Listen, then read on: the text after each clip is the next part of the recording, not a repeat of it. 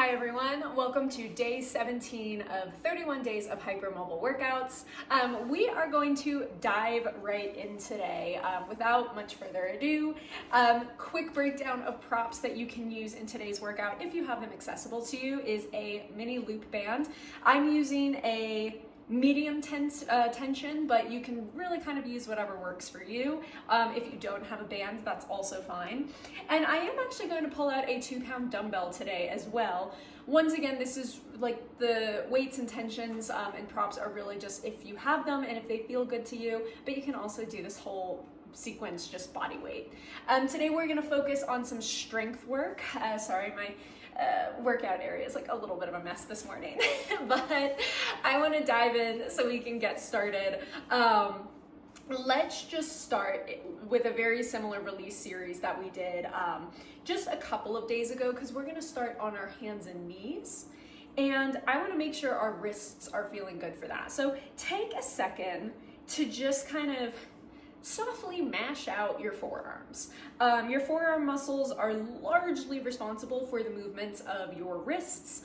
And so we just want to like give them a little bit of love so that they can open up, move a little bit more easily, and hopefully alleviate any of that like tension or strain that a lot of hypermobile people feel when they are on their wrists for extended periods of time. Ooh, yeah, little knot up by the forearm. I think I said a couple days ago in class when we did this that I owe you guys like a more specific forearm release sequence. I'll pull together some time to film that so I can post it up for you all. Alrighty, I'm switching over to the other side. We're gonna do like 45, 60 seconds per side, just to kind of, ooh, yeah, a little tighter on the top of my forearm on this one. Whoa. Which does make a bit more sense because I'm a righty. So I'm just gonna kind of stay with that. We're gonna breathe through it. Just kind of do this in whatever relaxed position feels good for you. And again, like take it easy. We're not trying to go crazy on the muscles here. It's also, you know, gotta be mindful of hypermobile fingers. But this feels pretty good. Now, let's go ahead and just like open and close the hands a couple of times. See how that feels. Maybe move the wrists up and down a little bit. See how that feels. Yeah, things are feeling a little more mobile there, which is nice. So, alrighty, we're gonna start with a series we've done a couple of times in the past, and then we're pulling out our props.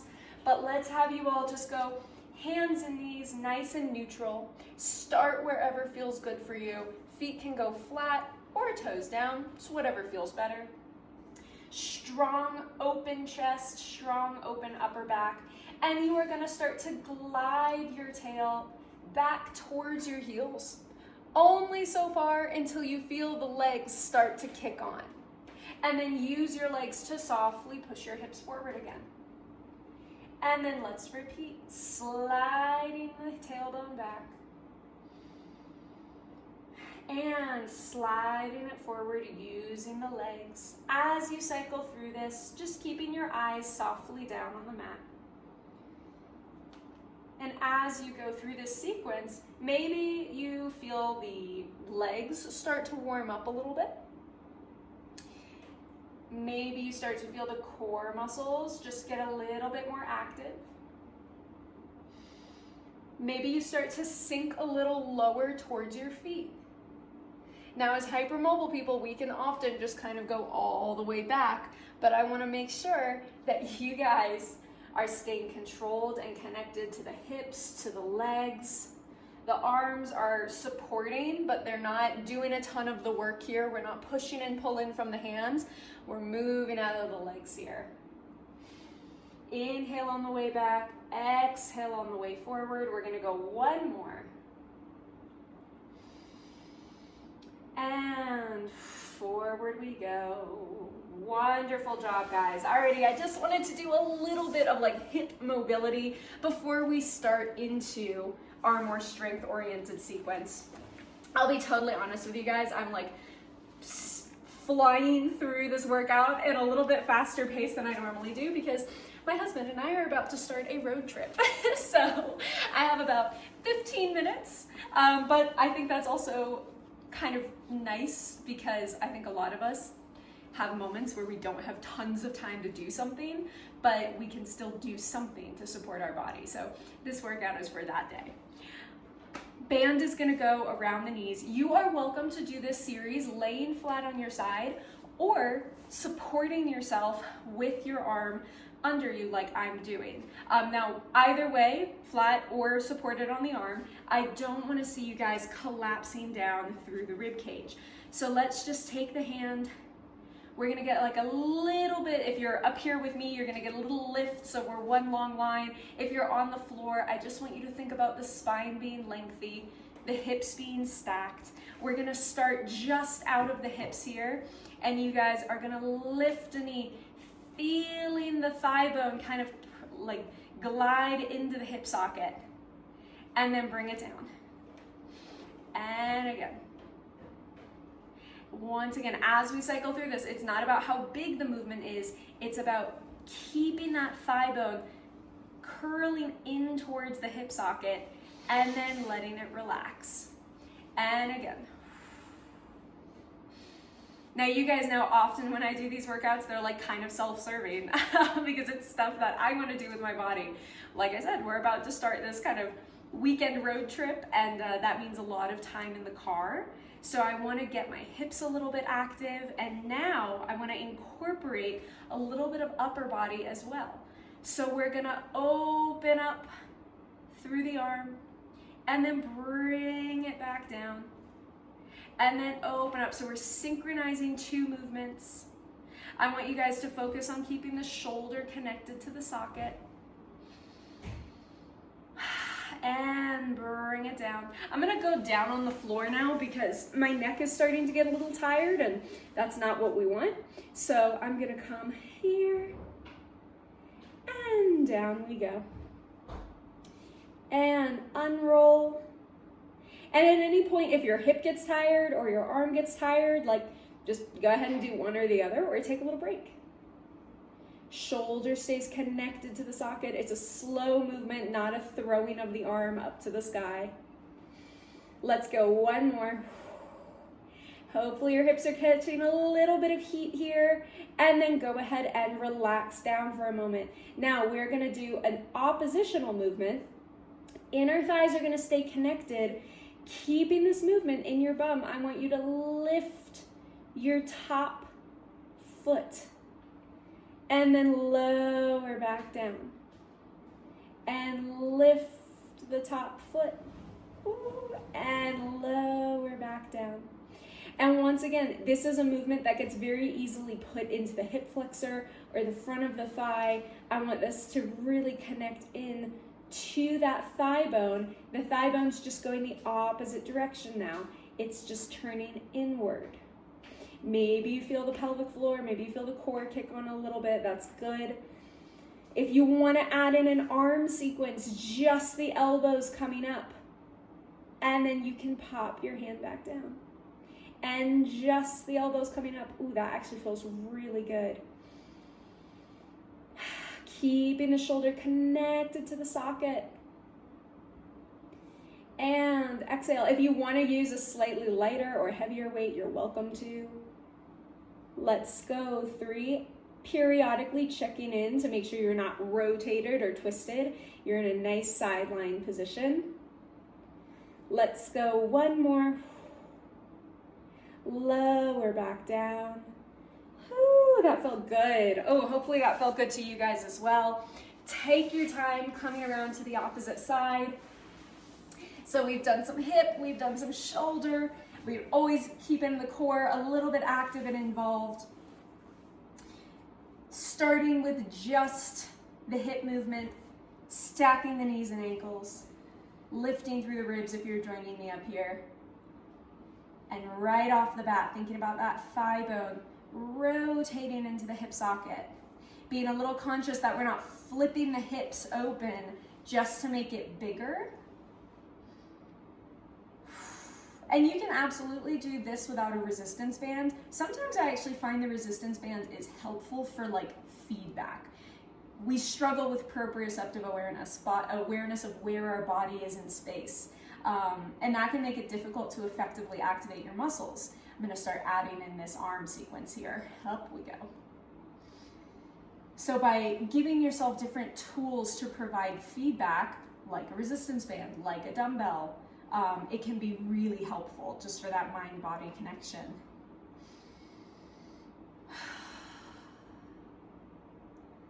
Good, good, good. Ooh, my hips are getting a little more heat on this side, so I think I'm gonna do 2 more. Keeping that arm connected to the movement. 1 more. And bring it down. And like I said, for this next series, I am gonna bring it down to the ground, resting my head here. We're gonna go into an internal rotation, so inner thighs stay connected.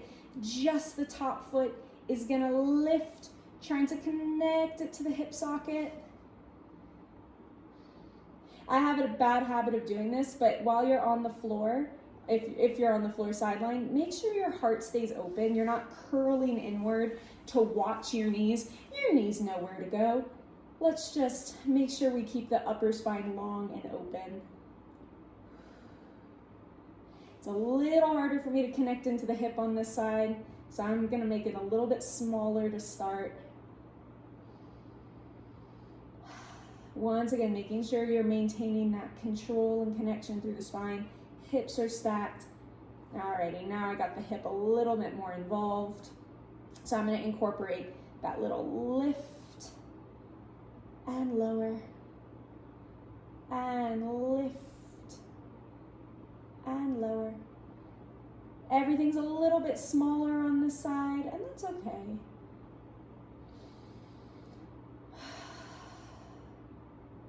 Just getting things active. Yeah, now I really got the hip involved. That's good. We're gonna go 3 more. Shoulders staying connected to the socket for 2. And 1. Bring it down. Go ahead and relax. Nice job, guys. We're gonna flip right onto our back for just our last sequence of the day. Alrighty, so this one, if you have a band, it's gonna be an outer hip exercise. If you do not have a band, it's more likely going to be an inner thigh exercise. So I'm gonna cue this both ways. If you have a band, feet are planted on the floor. I want you to inhale. Think about, once again, activating those outer hip muscles to press your knees out against the band. Externally rotate. And when you're coming back to center, resist the tug of the band. Like, slowly bring your knees together. Imagine you're like someone's trying to push your knees together and you don't really want to let them. And let's go again, pressing out against the band, getting those outer hips a little active. And then slowly resisting back in. Now, if you don't have a band, it's the same movement, but the activation sequence is different. So if you don't have a band, you're going to focus on opening the knees just until you feel that inner thigh go, whoop, the inner thigh is gonna activate. Might not be very big. And then you're going to softly engage the inner thigh, engage the pelvic floor, and pull the knees back to neutral. And then you can go again. So if you're no band, you open the knees, feel the inner thighs just go boop, and then you're gonna pull everything back together. So I have a band, which means for me, it's an outer hippie movement. So I'm gonna work on that. No matter which variation you're doing, it can be a nice inhale to open, exhale to close. Once again, feeling those thigh bones stay connected to the hip socket. That can really help with activation. I'm gonna go 2 more.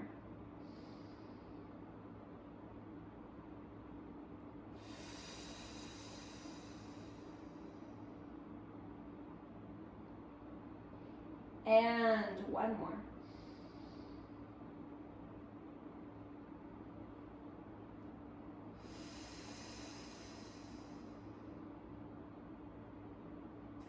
And go ahead and relax.